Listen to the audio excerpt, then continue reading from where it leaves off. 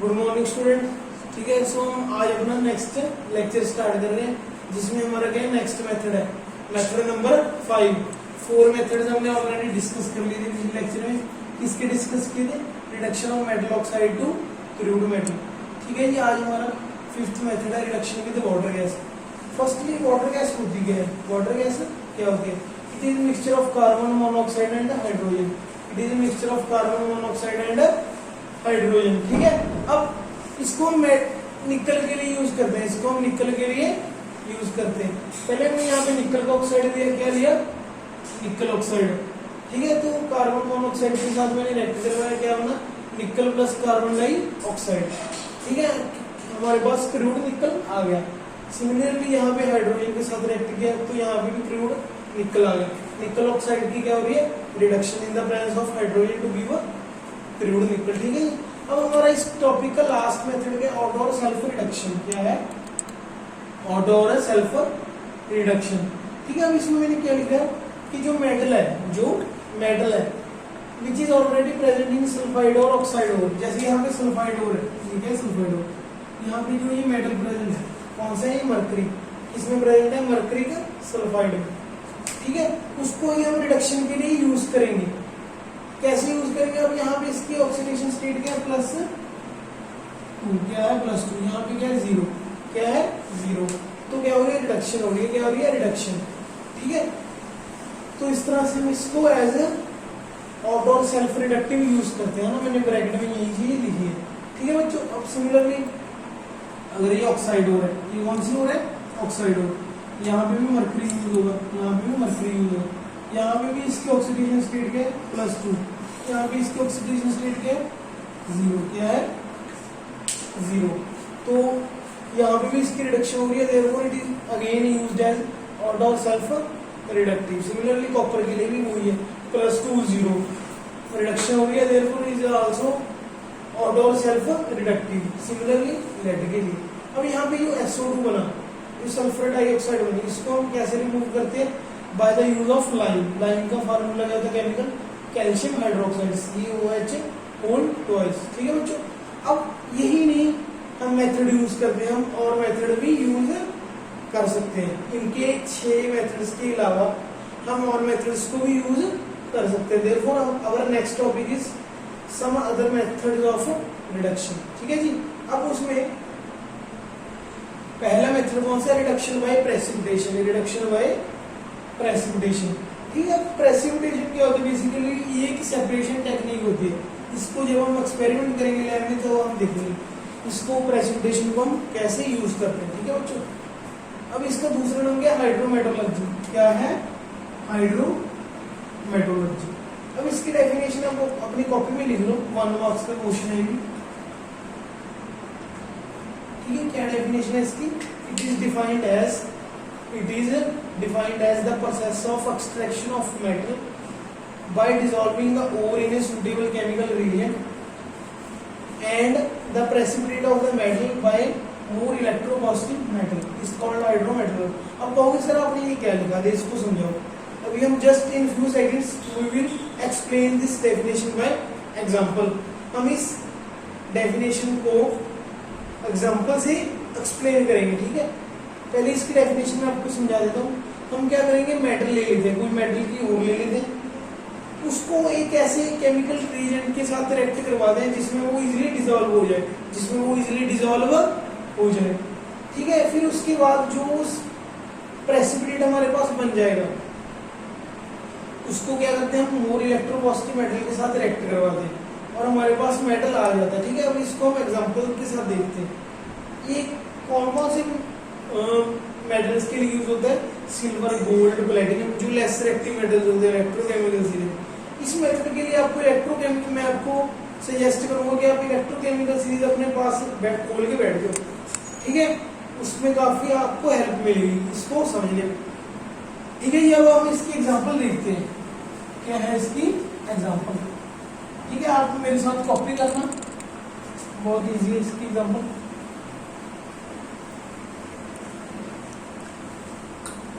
ठीक है जी, अब इसकी एग्जांपल मैं लिख रहा हूं। जैसे जो सिल्वर है, अब इसको मैंने क्या बोला कि हम जो लेस रिएक्टिव मेटल्स होते हैं सिल्वर गोल्ड इनके लिए यूज करते हैं। फर्स्टली हम इस मेथड को सिल्वर के लिए अप्लाई करेंगे, ठीक है। जैसे सिल्वर है, सिल्वर सल्फाइड की ओर में प्रेजेंट है, ये क्या सिल्वर सल्फाइड, क्या है सिल्वर सल्फाइड। यहाँ पे सिल्वर सल्फाइड की फॉर्म में प्रेजेंट है। इसको किसके साथ रिएक्ट किया,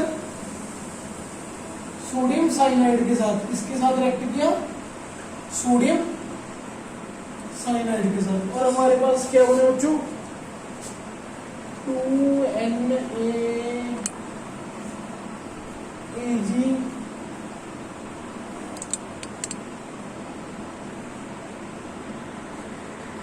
ठीक है, प्लस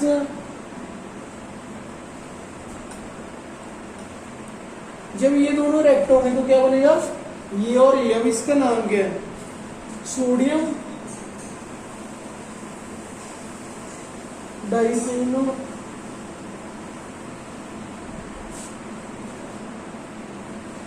आर्जिन 8।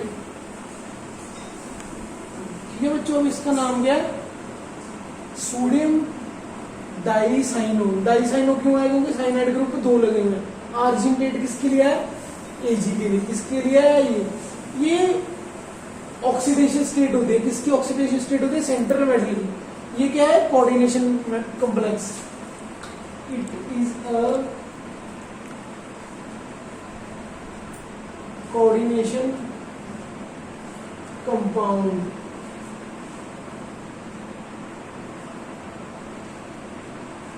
ये क्या आपका कोऑर्डिनेशन कंपाउंड। ठीक है बच्चों, ये भी आप हम चैप्टर 9 में पढ़ेंगे आगे कि कोऑर्डिनेशन कंपाउंड क्या होते हैं, उनकी नेमिंग हम कैसे लिखते हैं।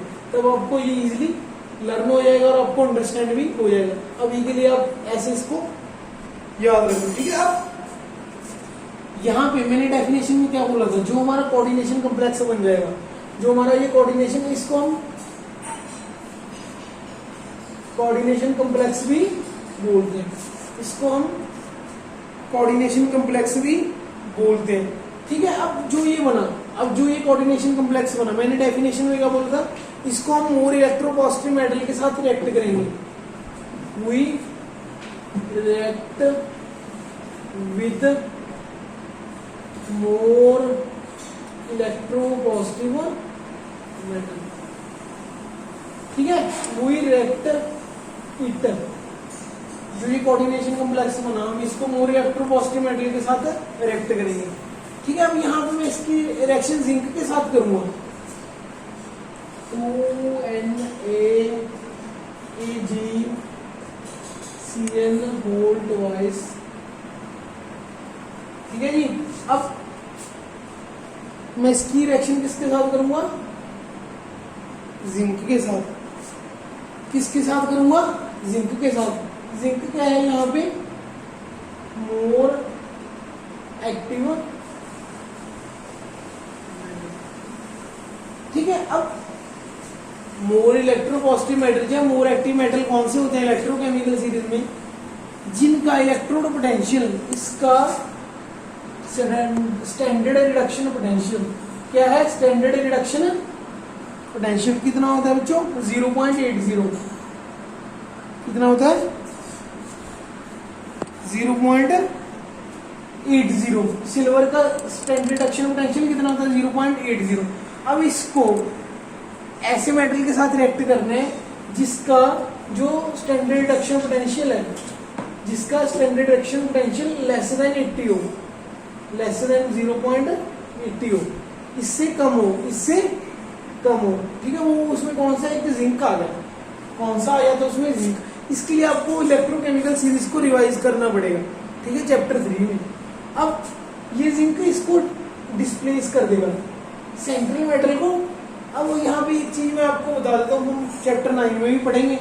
जो ये वाला एलिमेंट होता है, ये हमेशा सेंट्रल मेटल को ही डिस्प्लेस करता है, हमेशा सेंट्रल मेटल को ही डिस्प्लेस करता है, इसको डिस्प्लेस नहीं करेगा, ठीक है जी। अब यहाँ पे क्या प्रोडक्ट बन गया, 2NaZnCN whole twice plus Ag plus Ag। ठीक है, अब ये बन गया। मैंने क्या किया, बिल्कुल सेम लिख दिया, इसकी जगह पे जिंक लिख दिया और ये हमने बाहर निकाल दिया। ये हमारे पास क्या आ गया, क्रूड मेटल, क्रूड और इम्प्योर सिल्वर। ये हमारे पास क्या है, क्रूड और इम्प्योर सिल्वर। ठीक है, इसी मेथड को, ये किसकी एग्जांपल है, example of hydro metallurgy.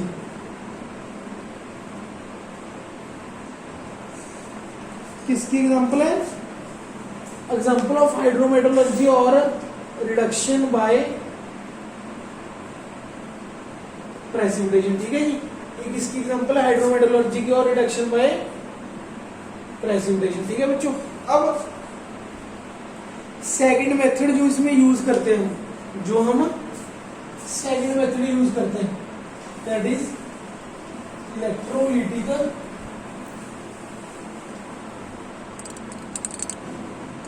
Reduction. Electrolytic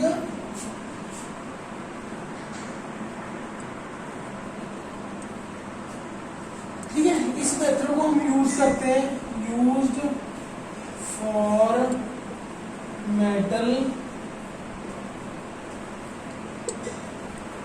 hides. किसके लिए यूज करते हैं हम, मेटल हाइड्स के लिए। ठीक है, अब मेटल हाइड्स की एग्जांपल क्या है, common example.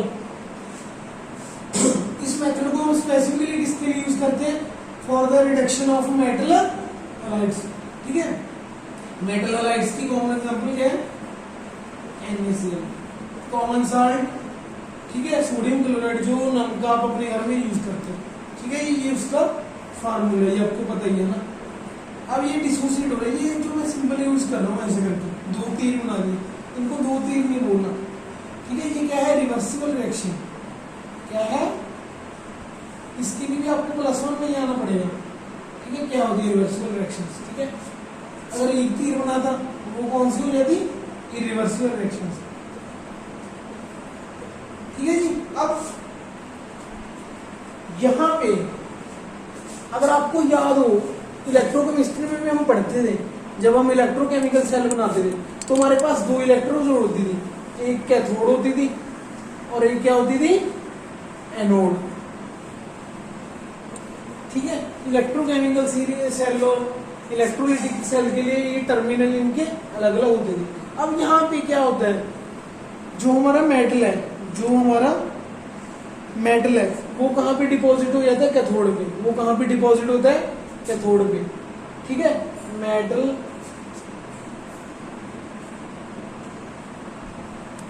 Deposited at cathode. ठीक है, अब कैसे होगा, Na+ है, कैथोड पे हमारी क्या होती है, रिडक्शन। कैथोड पे क्या होगी, रिडक्शन। क्या होगी, रिडक्शन। एनोड पे क्या होगी, ऑक्सीडेशन। ठीक है, ये आपने पढ़ा भी है। ठीक है, रिवाइज कर लेना। अब रिडक्शन में क्या होता है, लूज ऑफ, सॉरी, रिडक्शन क्या होता है, गेन ऑफ इलेक्ट्रॉन्स। ये एक इलेक्ट्रॉन गेन करेगा और किस में चला जाएगा, अपनी मेटेलिक स्टेट में। आयनिक स्टेट से किस में चला गया, अपनी मेटेलिक स्टेट में। सिमिलरली क्लोरीन है, क्लोरीन क्या करेगा, ये एक इलेक्ट्रॉन को लूज कर देगा और किस में चला जाएगा, अपनी मेटेलिक स्टेट में। सिमिलरली इस मेथड से हम कैसे, हम मेटल हैलाइड को, मेटल को सेपरेट कर रहे हैं, क्रूड मेटल को, बाय इलेक्ट्रोलिटिक रिडक्शन। ठीक है, this is our crude metal. ठीक है, अब आगे, अब मैंने क्या बोल दिया, ये मेटल क्रूड मेटल है, क्रूड और इम्प्योर मेटल, और क्या ये इम्प्योर मेटल। ठीक है, अब मैंने बोल दिया कि हमारे पास क्रूड या इम्प्योर मेटल आ गया। क्या आ गया, क्रूड। अब ये पूरी तरह से प्योर तो है नहीं, हमने जब चैप्टर स्टार्ट किया था, चैप्टर हमारा क्या था, मेटलर्जी, है ना। ठीक है जी। तो मैंने क्या बोला था, हम बिल्कुल लास्ट स्टेप तक जाएंगे, हम बिल्कुल प्योर मेटल ऑब्टेन करेंगे। ठीक है, उसके लिए मैंने आपको बोला था हम नंबर ऑफ स्टेप्स फॉलो करेंगे। ठीक है, अब हमने 3 स्टेप कंप्लीट कर लिए। वी हैव कंप्लीटेड द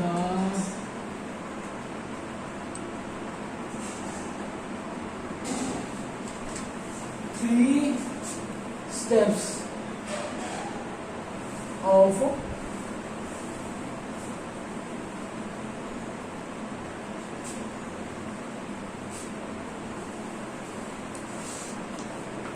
ठीक है, अब हमने 3 स्टेप कंप्लीट कर लिए। Now we start 4th step. ठीक है, हम almost half of the chapter हमने कंप्लीट कर लिया। ठीक है, 3 स्टेप हमने कंप्लीट कर लिए मेटलर्जी के। अब हम 4th स्टेप को स्टार्ट करेंगे। 4th स्टेप को स्टार्ट करेंगे। अब 4th स्टेप की डेफिनेशन क्या है? रिफाइनिंग और प्यूरिफिकेशन ऑफ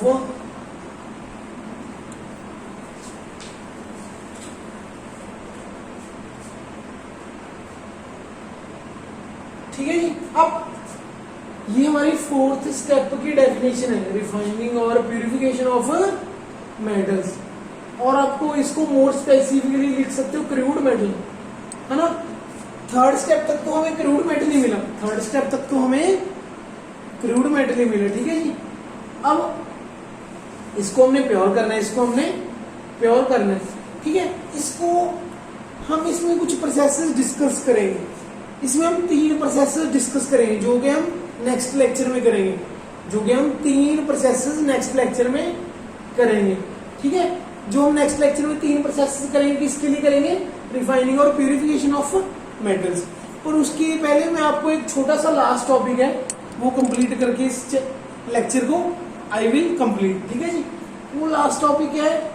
मैंने तो बोल दिया कि हम 3 प्रोसेसेस डिस्कस करेंगे नेक्स्ट लेक्चर में। तो उससे पहले हमें पता होना चाहिए कि इम्प्योरिटीज कौन सी प्रेजेंट होंगी। इम्प्योरिटीज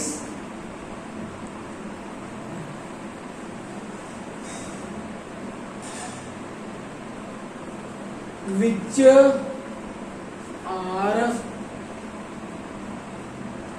present in the अब ये मैंने यहाँ पे ऐसा क्यों लिखा? क्योंकि 3 स्टेप तक तो हमने क्रूड मेटल को एक्सट्रैक्ट कर लिया, 3 स्टेप्स तक तो हमने क्रूड मेटल को एक्सट्रैक्ट कर लिया। अब मैंने क्या बोला था कि अभी भी वो इम्प्योर है, उसमें स्टिल इम्प्योरिटीज प्रेजेंट है। वो इम्प्योरिटीज अब हम देखेंगे कौन कौन सी है। पहली इम्प्योरिटी क्या है? अनरिड्यूस्ड ऑक्साइड ऑफ मेटल्स। ठीक है, अब इसमें मैंने क्या बोला? अनरिड्यूस्ड ऑक्साइड ऑफ मेटल्स। कहने का मतलब क्या होगा? जो हमने पिछले वाले स्टेप में क्या किया था, यहाँ पे मेटल ऑक्साइड दिया था, यहाँ पे हमने रिड्यूसिंग एजेंट दिया था। क्या आ गया था हमारे पास? क्रूड मेटल और ऑक्सीजन। ठीक है जी। पर यहाँ पे उसने क्या बोला कि कुछ जो मेटल ऑक्साइड्स होते हैं, यहाँ पे कुछ जो क्रूड मेटल होते हैं, उसमें स्टिल इसकी अनरिड्यूस्ड फॉर्म प्रेजेंट होती है। ये पूरा रिड्यूस नहीं हो पाता। किसमें रिड्यूस नहीं हो पाता? To the crude metal. ठीक है जी। तो सेकंड हमारे पास इंप्योरिटी क्या है? Second, non metals like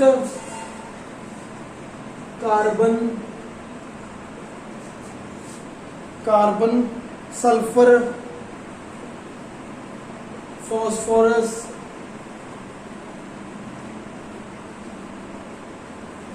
arsenic,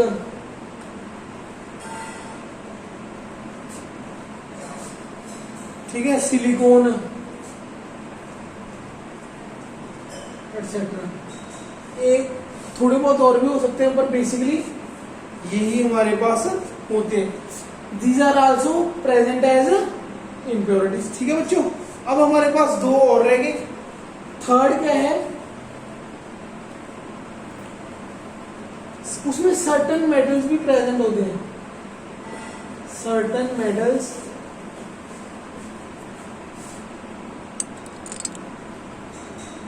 और अनवांटेड मेटल्स।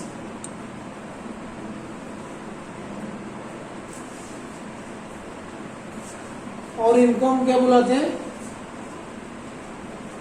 फॉरेन, ठीक है। उसमें कुछ मेटल्स भी प्रेजेंट होंगे जिनको हम क्या बोलते हैं, अनवांटेड मेटल्स या foreign metals. These are also present as impurities. अब हमारा लास्ट है, लास्ट वन इज क्या है हमारा, स्लैग। अब ये स्लैग किस तरह की इम्प्योरिटी है? स्लैग में क्या होता है, सिलिका भी प्रेजेंट हो सकता है, क्ले भी प्रेजेंट हो सकता है, ठीक है जी, और फ्लक्स भी इज प्रेजेंट एज इम्प्योरिटीज।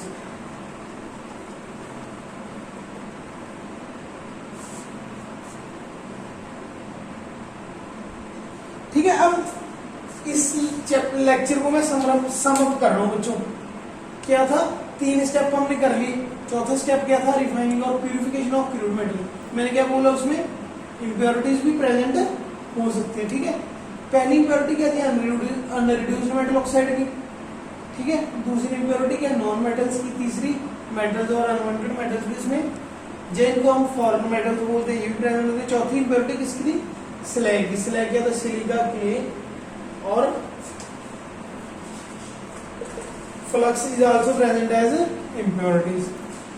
ठीक है, ये तो इसमें इम्प्योरिटीज प्रेजेंट है। अब हम कल क्या करेंगे, कल वाले लेक्चर में हम इन इम्प्योरिटीज को रिमूव कैसे करना, इन इम्प्योरिटीज को रिमूव कैसे करना है, उसके लिए हम 3 प्रोसेसेस को डिस्कस करेंगे। ठीक है जी, होप सो ये आपको समझ आ गया होगा। So thank you.